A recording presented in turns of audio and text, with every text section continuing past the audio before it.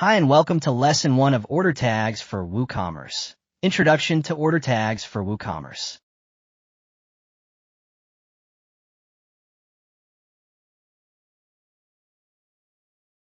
We will explore how order tags help store owners categorize and manage orders more efficiently.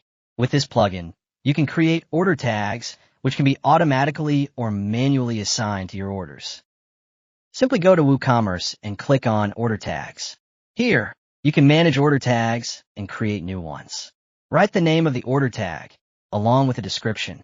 After writing the name and description, click on Add New Order Tag. This creates a new order tag that if you want to edit the order tag, click on the Edit option. This shows the settings for the order tag. Here you can edit the order tag's name, slug, parent order tag, and description. You can select a background color and a text color for the tag. The Set on Section controls when a tag is applied. You can set it to be applied when an order is placed, either via checkout or added through the dashboard. Or you can set the tag when an order is updated. The Set If section provides further conditions for applying the tag.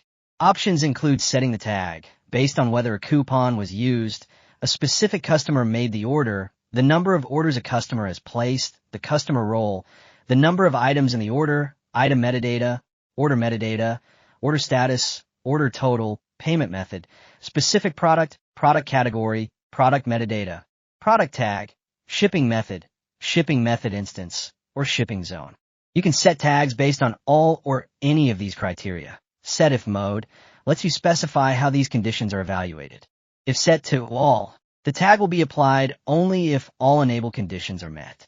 If set to any, the tag will be applied if any of the enabled conditions are met. After making changes, click on Update. This is how to use order tags in WooCommerce and improve the visibility and streamline the workflow for your online store. Well, that wraps up our lesson. For more plugin tutorials, subscribe to Sleekr Digital.